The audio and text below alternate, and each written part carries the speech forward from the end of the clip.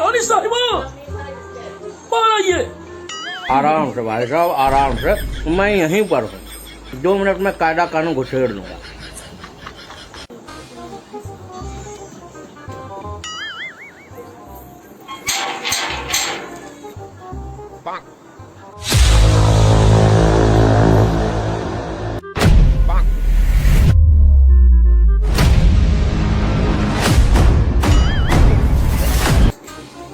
Inspector कुछ डंडा मेरा कानून, अपराधियों के छीन लेता हूँ सुकून, समझेगा?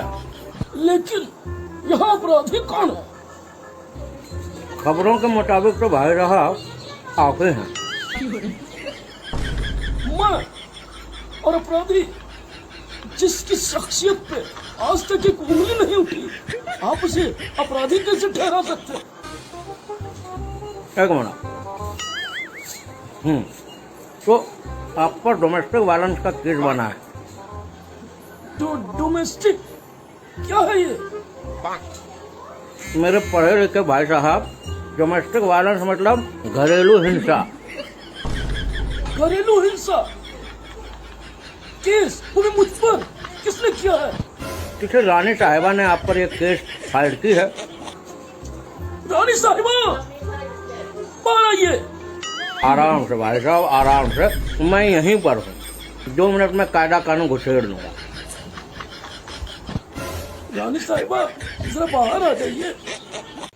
अरे इंस्पेक्टर साहब आप खड़े क्यों हैं? बैठिए बैठिए। शुक्रिया शुक्रिया।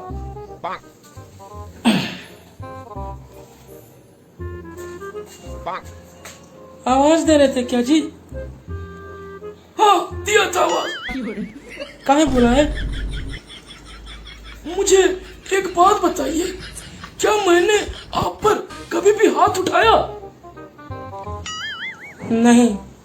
किसी भी तरीके से प्रताड़ित किया? नहीं। किसी चीज की कमी होने दी आपको? नहीं। अरे तो फिर ये घरेलू हिंसा का केस क्यों किया? आप बार बार क्यों भूल जाते हैं कि हम यहीं पे बैठे हैं? किताब आप क्या चाहते हैं, मैं बोलूं कि नहीं बोलूं? क्योंकि मेरा टोन ही यही है, कम नहीं होता ये। घरेलू हिंसा मतलब जिसके बारे में पता तक नहीं है वो कर आ गई आप। तो आप उस दिन हम पर काहे चिल्ला रहे थे? अरे तो चिल्लाऊंगा तो केस कर देंगी आप। हद बड़ा मानो था। अब जरा देखना है कि आप पर धारा कौन कौन सा लगेगा। अरे रुकिए इंस्पेक्टर साहब, ये आप क्या धारा और कच्ची कहानी कर रहे हैं? क्या धारा? रुकिए जरा, देख रहे हैं आपके सामने हो रहा है। ये कंफ्यूजन में कुछ भी इन लोग इल्जाम लगा रहा है मुझ पर। बॉडम का मतलब क्या होता है? बॉडम मतलब आप ही के जैसे लोगों को बॉडम कहते हैं। देख रहे हैं इंस्पेक्टर साहब, न कोई केस है न बेस है, और घरेलू हिंसा का केस मुझ पर चल रहा है। इंस्पेक्टर साहब, वैसे आपकी तारीफ? मैं रुपेश दत्ता। और ये बूढ़े अंकल आपके क्या डॉक्टर हैं? ये मेरे ससुर हैं। कुछ लफड़ा हुआ है क्या? लफड़ा तो है, और ये लफड़ा इन भाई साहब ने किया है। इन पर डोमेस्टिक वायलेंस का केस बना है। घरेलू हिंसा, डोमेस्टिक वायलेंस? पापा ये क्या सुन रहा हूं मैं? तू कुछ भी मत सुन और अपनी सास से पूछ क्यों केस किया।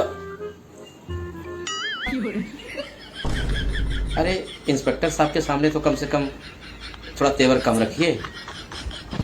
जिस चीज के लिए केस हुआ है आप वही चीज फिर से सामने में कर रहे हैं, आपके अगेंस्ट ही जाएगा। हाँ, और ये सब तो बोल के ये साबित कर दे कि मुझ पर जो केस हुआ है वो सही साबित हुआ है। मैं घरेलू हिंसा करता हूं, है ना? इसी चाल से आप लफड़े में पड़ते हैं। बोली जरा ठीक रखिए। जरा भाई साहब आप फेस इधर कीजिए। कुछ लगा है क्या? नहीं लगा तो नहीं है, लेकिन लगेगा। क्या? ये हाथ कैसे उठाया बे? ऐसे कुछ और भी पूछना है? नहीं,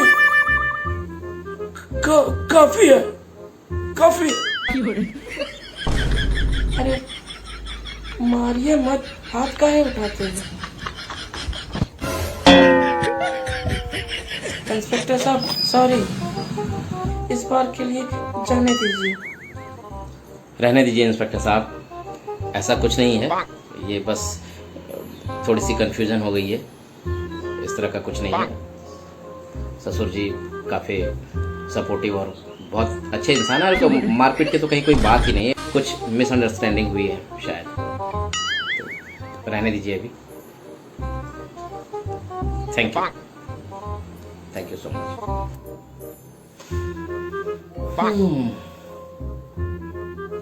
और आपसे एक रिक्वेस्ट है, जैसे ये जो महिला है जिसे मेरी धर्मपत्नी कहा जाता है,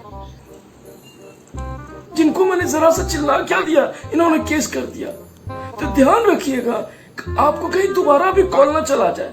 पता चला मैंने हल्के से सब्जी लाने में डिले कर दिया, उसके लिए भी इन्होंने केस कर दिया। तो जरा तफ्तीश कर लीजिएगा मुझसे या दामाद जी से। बच्चा आप सही कह रहा हूँ, आगे से मैं एक बार आप लोगों से कंफर्म कर दूंगा। इनका कोई भरोसा नहीं, और ये बला मुझे जिंदगी भर झेलनी है। फिलहाल जाइए, थैंक यू सो मच। ठीक है, चलता हूँ।